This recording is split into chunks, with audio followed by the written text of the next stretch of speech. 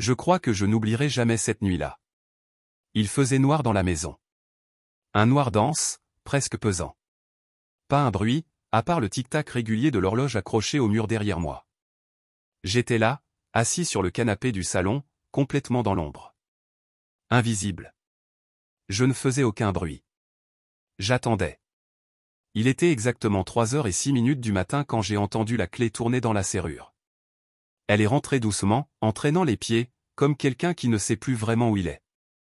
Une démarche maladroite, le genre de pas qui en dit long sur les verres avalés sans compter. Dans une main, ses talons, dans l'autre son téléphone. Du rouge à lèvres flouté sur sa bouche comme si elle avait essayé de l'effacer à la va-vite. Et ses cheveux? En vrac.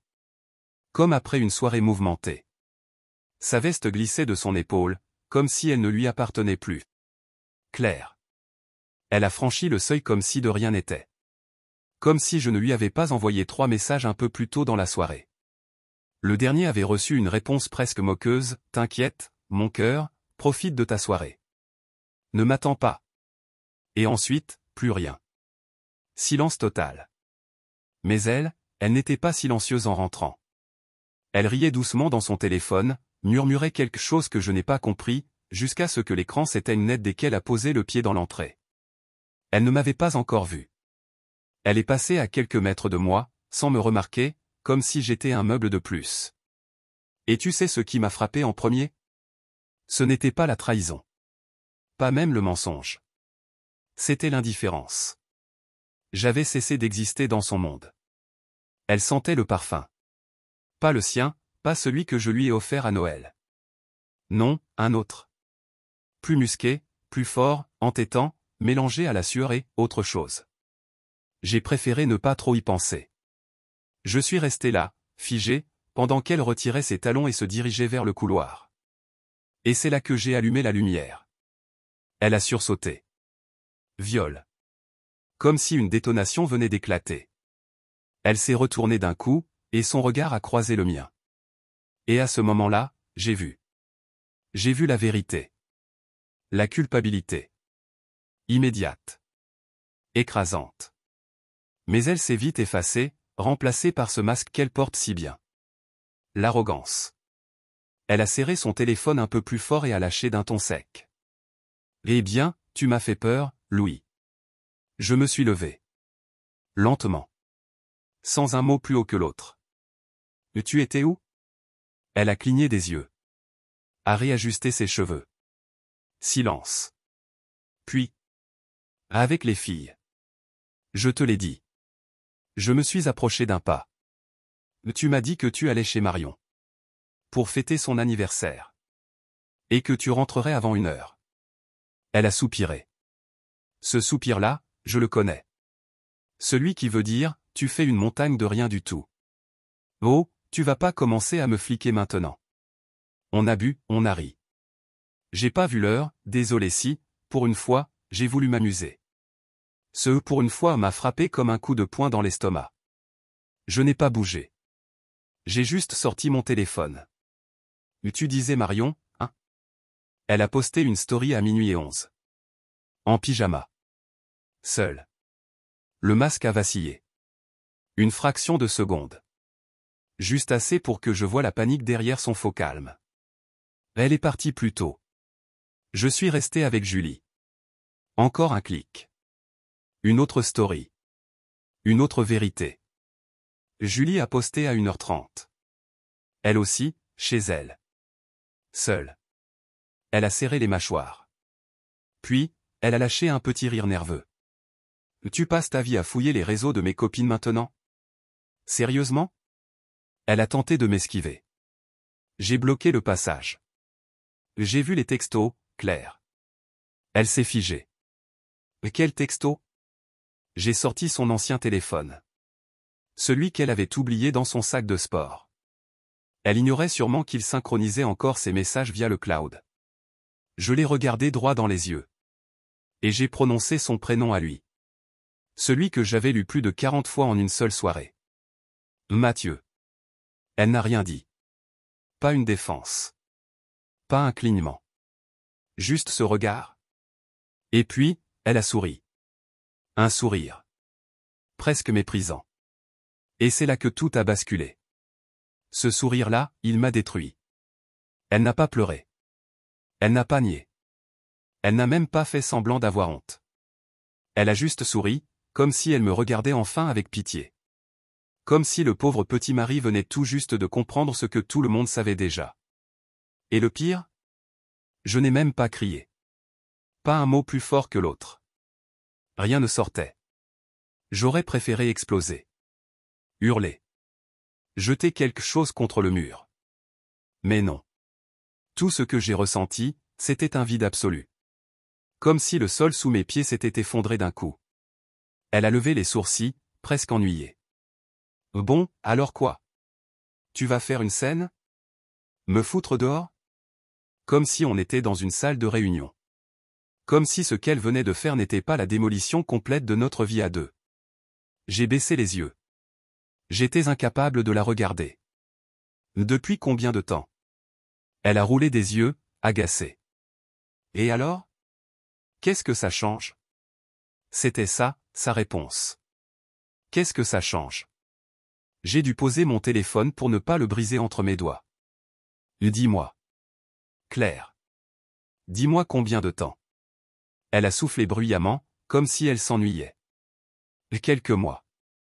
Peut-être plus. À la base, c'était juste un délire, une sorte d'échappatoire. Mais, je sais pas. Lui, au moins, il m'écoute. Ce mot-là. Écoute. Il m'a arraché le cœur. Comme si je ne l'avais pas écouté pendant des années. Comme si je n'avais pas passé des nuits entières à l'apaiser quand elle rentrait du boulot en larmes. Comme si je n'avais pas supporté ses crises d'angoisse, ses insomnies, ses doutes. Comme si je n'avais pas passé un dimanche entier à l'accompagner chez Ikea juste pour choisir un tapis beige. Mais lui, Mathieu, il l'écoute. J'ai avalé ma salive. Et j'ai dit la seule chose que je pouvais encore dire. Donc c'est fini. Elle a haussé les épaules. J'avais pas prévu de te le dire comme ça. Pas de larmes. Pas de regrets. Juste une fatalité tranquille. Et puis, elle a osé. Franchement, je pensais que c'est toi qui allais me tromper en premier. Je me suis figé. Pardon? T'es distant. Tu fais plus d'efforts. Franchement, quand est-ce que tu m'as fait sentir désiré pour la dernière fois? J'ai ri. Un rire triste. Amer. Depuis 1 an, je courais après une femme qui m'avait déjà quitté, sans jamais partir physiquement. J'organisais des sorties. Je l'emmenais dîner. Je lui laissais des petits mots doux. J'essayais de rallumer une flamme qu'elle avait éteinte sans me prévenir. C'est elle qui avait lâché prise. C'est elle qui ne me touchait plus. C'est elle qui me disait à peine bonne nuit. Mais là, c'était moi le fautif. Moi, le coupable de ne pas avoir été assez. Elle est allée dans la cuisine, a ouvert le frigo comme si on ne venait pas de jeter notre couple à la poubelle. Tu vas partir? Elle a demandé, une bouteille d'eau à la main, l'air détaché. Tu veux que je parte? Un petit haussement d'épaule. Je veux dire, on va pas pleurer toute la nuit non plus. J'ai hoché la tête. Sans un mot. Je suis monté. J'ai pris un sac, quelques vêtements, mon chargeur. En passant devant notre chambre, j'ai vu une boucle d'oreille posée sur la commode. Celle qu'elle portait sûrement pendant sa soirée fille. Juste à côté, notre photo de mariage. Je les ai laissés là. Tous les deux. Elle n'est pas sortie. Elle n'a pas essayé de me retenir. Et moi, je n'ai pas regardé en arrière. Je suis resté assis dans la voiture presque une demi-heure. Garé devant la maison. Les mains cramponnées au volant comme si c'était la seule chose qui me tenait encore debout. Je tremblais. Son parfum flottait encore dans ma veste. Celui qu'elle portait quand elle m'a embrassé avant de partir. Il me faisait du bien, avant. Maintenant, il me dégoûtait. Je n'ai pas pleuré. Pas encore. J'étais juste figé. C'est donc comme ça que ça se termine. Pas avec des cris. Pas avec de la vaisselle cassée. Juste du vide. Des silences. Et ce regard vide qu'elle m'a lancé quand je lui ai demandé si elle voulait que je parte. Comme si ma présence ou mon absence ne comptait plus. Je ne savais pas où aller. Pas de plan, pas d'idée. Juste ce besoin vital de m'éloigner d'elle, de cette maison, de tout ce qu'on avait construit et qu'elle avait piétiné. J'ai roulé.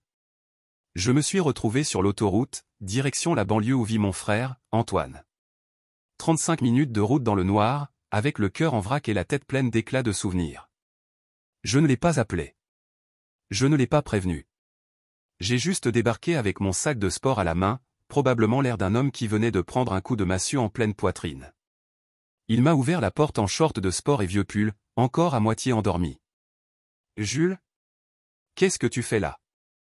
J'ai rien dit au début. Rien ne sortait. J'avais cette boule dans la gorge, le genre qui t'empêche de respirer. Non, j'ai soufflé. Juste ça. Non. Et là, j'ai craqué. Je me suis effondré sur le sol de son entrée, comme si mes jambes avaient décidé d'abandonner en même temps que mon cœur. C'était pas des sanglots bruyants, pas de cris. C'était cette douleur silencieuse, sourde, celle qui serre tout ton corps de l'intérieur. Elle m'a trompé, j'ai lâché. Elle m'a vraiment trompé. Il ne m'a pas coupé. Il ne m'a pas demandé de me relever. Il s'est juste assis à côté de moi. Sans un mot. Juste là. Et ce silence partagé, c'était la première fois que je me sentais un peu en sécurité depuis des semaines. Plus tard dans la nuit, je lui ai tout raconté. Chaque détail. Comment je l'ai surprise. Ce qu'elle m'a dit. Ce sourire insupportable.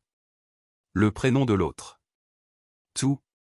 Quand j'ai enfin fini de parler, il a soupiré, s'est calé dans le canapé et m'a dit ce que je n'avais pas encore osé me dire moi-même. C'est une ordure, Jules. Elle l'a toujours été. T'étais juste trop amoureux pour le voir. Et il avait raison. Je ne voulais pas l'admettre, mais il avait foutrement raison. Je m'étais voilé la face pendant trop longtemps. Je m'étais accroché à cette image d'elle que j'avais construite, au lieu de voir celle qu'elle était devenue. Cette nuit-là, je n'ai pas fermé l'œil. Allongé sur le canapé d'Antoine, à fixer le plafond en silence, à entendre dans ma tête les mêmes phrases tourner en boucle. Il m'écoute. Tu ne fais plus d'efforts. Je me sens plus désiré. Je repensais à tous ces moments où j'ai senti quelque chose clocher, mais où j'ai préféré me convaincre que tout allait bien. Les disputes sorties de nulle part. Les départs précipités. Les excuses bancales. Et puis, j'ai fait l'erreur. À 5 heures du matin, j'ai rouvert son compte cloud. Je savais que je devrais pas. Je savais que j'en avais déjà vu assez. Mais une partie de moi voulait comprendre jusqu'où ça allait. J'aurais mieux fait de m'abstenir. Encore des textos. Encore des photos. Et puis une vidéo. Une vidéo d'eux, dans son appartement à lui. Elle était sur ses genoux. Dans son sweatshirt. En train de rire comme une gamine. Et à la fin, elle regarde la caméra et fait un doigt d'honneur. Avec cette légende. Ta femme te passe le bonjour, frérot. J'ai verrouillé le téléphone. Et j'ai senti une douleur physique. Comme un étau qui me broyait la poitrine. Je voulais le balancer contre un mur. Le détruire. Mais je ne l'ai pas fait. Parce que maintenant, j'en avais besoin. Elle avait choisi de jouer sale ? Très bien. J'étais prêt à voir ce que ça donnait quand le jeu devenait réel. Je ne suis pas rentré chez moi le lendemain. Je n'ai pas répondu à ses appels. Pas un seul de ses messages. Je l'ai laissé mariner dans le silence. Ce même silence qu'elle m'avait infligé pendant des mois. Et là, j'ai compris quelque chose. Elle ne pensait pas que je partirais. Elle pensait que je me briserais. Que je pleurais. Que je supplierais. Peut-être même que je m'excuserais. C'est comme ça qu'elle fonctionnait. Mentir. Tromper. Et ensuite te faire croire que c'est toi le problème. Et moi ? Je l'ai laissé faire. Trop longtemps. Mais là, c'était fini. Le matin suivant, les messages ont commencé à pleuvoir. D'abord un appel manqué à 10h13. Puis un texto. Tu es où ? Puis un autre. On peut parler ? Et encore un autre. Fais pas ton cinéma, Jules. On est adulte. Ce mot-là. Cinéma. Il m'a presque fait rire. Un rire amer, ironique. Elle pensait que j'étais dramatique. Alors que c'est elle qui avait transformé notre couple en film de trahison à petit budget. Elle me traitait comme si j'étais le problème, alors qu'elle était la productrice, réalisatrice et actrice principale de ce désastre. Vers 13 heures, le ton de ses messages a changé. Je voulais pas te blesser. C'était rien de sérieux. Tu veux pas qu'on parle calmement? Pas un mot d'excuse. Pas une trace de vrai regret. Juste une tentative de rattrapage. Du damage control, comme on dit. Elle n'était pas désolée. Elle était juste énervée que je l'ai démasquée. Ce soir-là, j'ai appelé un avocat. Un contact d'un ami d'Antoine. J'étais paumé, je savais pas trop par où commencer. Mais je savais une chose, il était temps de lancer la machine. Pas d'enfant, heureusement. Mais on avait la maison. Les comptes. Et puis, Murphy. Notre chien. Oui, même ça compliquait les choses. Je lui ai tout raconté à l'avocat. Chaque détail. Même ceux qui m'arrachaient encore l'estomac rien que d'y penser. Il m'a écouté sans m'interrompre, puis il m'a posé la question. Tu as des preuves? J'ai hoché la tête. Et je lui ai tout envoyé. Les captures d'écran. Les vidéos. Les textos. Même cette foutue photo d'elle, affalée sur les genoux de l'autre. Il n'a pas bronché. Elle a été négligente. Ça va nous simplifier les choses. Et cette phrase, je sais pas pourquoi, mais elle m'a percuté différemment. Quelque chose en moi s'est redressé. Pas guéri. Pas encore. Mais réaligné. Je n'étais pas sans défense. Je n'étais pas foutu. J'étais debout. Et cette fois, j'allais marcher droit. Le lendemain, je suis retourné à la maison. Pas pour discuter. Pas pour la confronter. Juste pour récupérer ce qui m'appartenait. Je savais qu'elle serait au travail. À faire semblant que tout allait bien. Comme si elle n'avait pas détruit notre monde pour une aventure bancale. J'avais encore la clé. La serrure n'avait pas changé. Tout était à sa place, comme si rien ne s'était passé. Mais l'ambiance, glaciale. Étrangère. Le cadre de notre mariage penchait légèrement dans le couloir. Sa tasse préférée traînait dans l'évier. Et sur la table, une bougie à moitié consumée. Celle qu'elle allumait quand elle voulait se sentir zen. Je suis monté à l'étage. J'ai ouvert le placard. Et là, suspendu bien en vue, le sweatshirt de Mathieu. Comme un trophée. Je ne l'ai pas touché. J'ai fait mon sac. Mes fringues. Mon ordi. Mes papiers. Je n'ai pris que ce qui était vraiment à moi. Avant de partir, j'ai laissé une enveloppe beige sur la table de la cuisine. Dedans, toutes les preuves imprimées. Les messages. Les photos. La vidéo. Sur l'enveloppe, j'ai juste écrit. C'est la dernière fois que tu me mens. Pas de menaces. Pas de colère. Juste la vérité. J'ai refermé la porte derrière moi. Et cette fois, je n'ai pas ressenti de vide. Pas de vertige. Pas de panique. Juste, de la clarté. Elle avait brûlé le pont. Moi, je m'étais juste assuré qu'elle ne puisse jamais revenir en rampant. Je n'ai pas eu de nouvelles pendant un bon moment. 27 heures, précisément. Et puis, enfin, un texto. Froid. Venimeux. Franchement? Très mature, Jules. C'est comme ça que tu gères les choses? Tu crois que t'es meilleur que moi? T'es pathétique. Aucune prise de recul. Aucune remise en question. Juste du venin. Du classique clair. Je l'ai regardé, ce message. Et j'ai ri. Un rire que je ne contrôlais même pas. Le genre de rire qui sort quand la réalité dépasse l'absurde. Elle jouait son rôle à la perfection. Comme si c'était elle, la victime dans cette histoire. 3 minutes plus tard, un autre message. Tu ne connais même pas toute l'histoire. Mais vas-y. Cours te cacher chez ton frère. Cache-toi derrière ton avocat. T'as toujours été lâche. Et là, j'ai vu la vraie Claire. Pas celle des dîners en famille. Pas celle des jolies photos Instagram avec des filtres flatteurs. La vraie. Celle qui blesse. Qui manipule. Qui retourne chaque situation pour qu'on se sente coupable à sa place. Et le pire? Je l'avais toujours senti. Mais j'avais refusé de l'admettre. Je n'ai pas répondu. Je n'avais plus besoin de le faire. Le lendemain, elle a envoyé une photo de Murphy. Notre chien. Couché sur le canapé. Le regard triste. Pas de mots.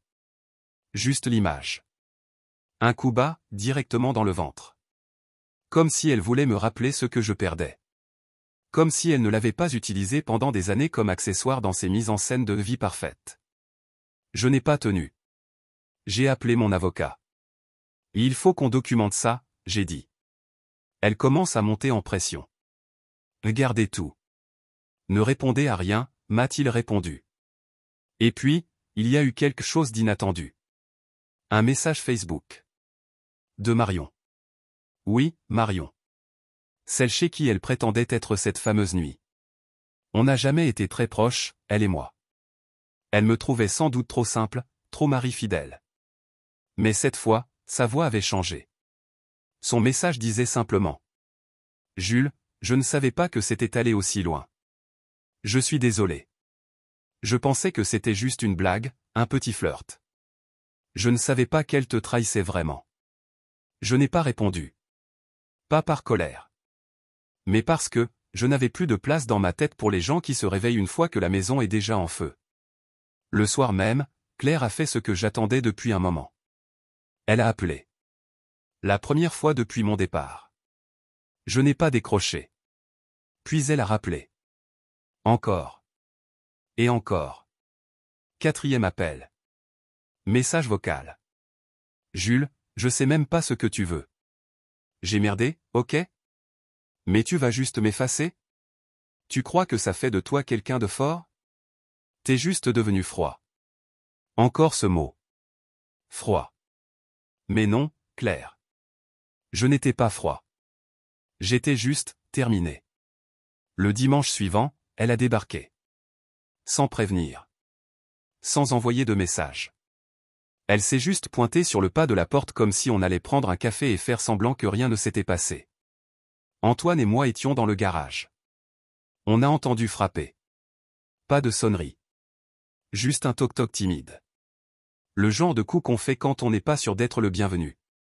C'est lui qui a ouvert la porte. Moi, j'étais juste derrière. Elle était là. Claire. Impeccable. Coiffée. Maquillée. Petit sac de luxe à l'épaule. On aurait dit qu'elle sortait d'un brunch et non d'un champ de ruines. Elle m'a regardé comme si elle venait de croiser un collègue qu'elle n'avait pas vu depuis longtemps. Salut, elle a soufflé. Antoine n'a pas bougé. Il s'est juste un peu plus ancré dans l'embrasure de la porte.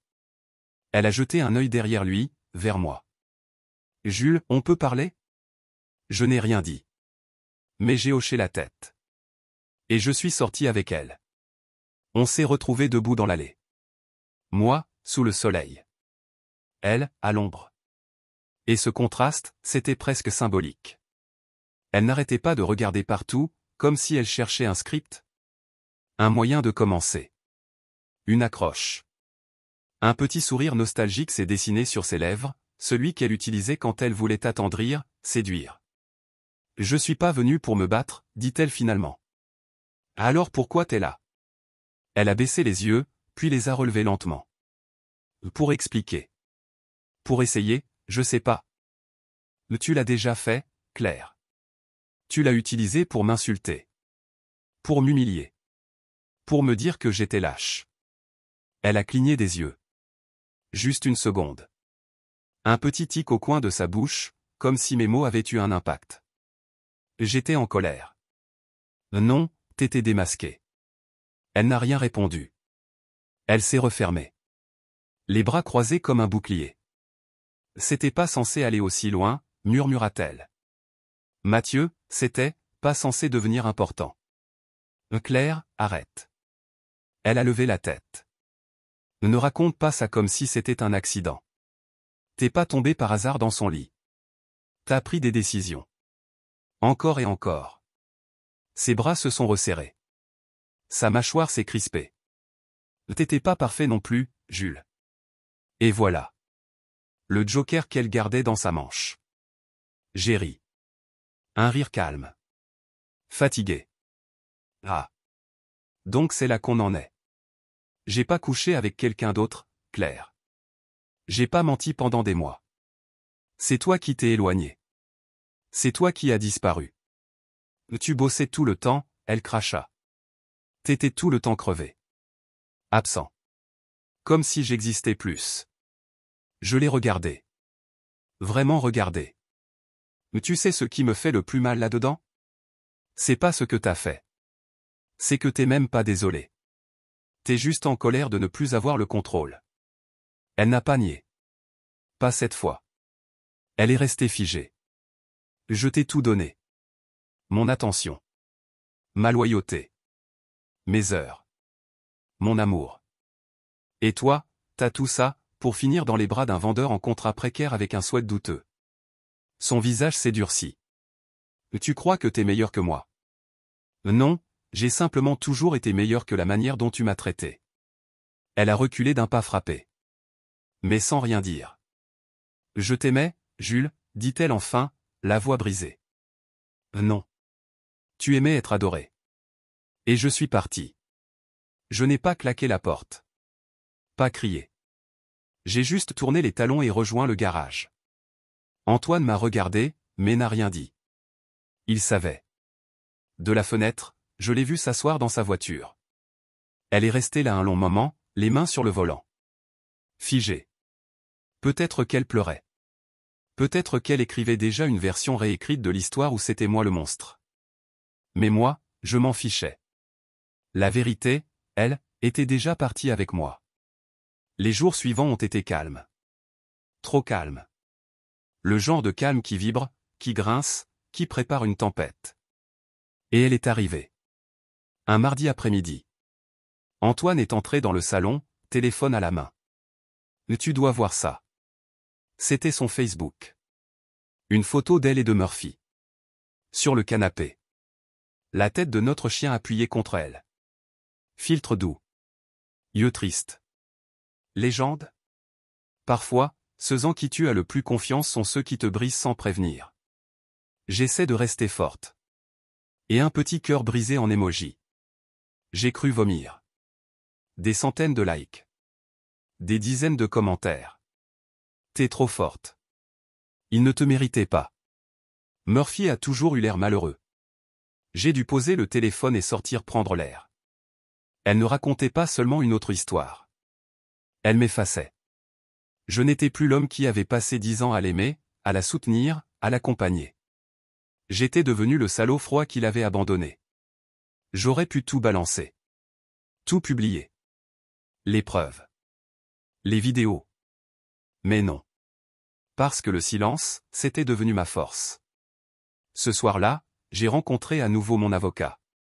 On a finalisé le dossier. Mis les papiers en ordre. Quand j'ai signé le premier formulaire de divorce, le stylo semblait peser une tonne. Chaque mot, chaque ligne, c'était une déchirure de plus. Mais nécessaire.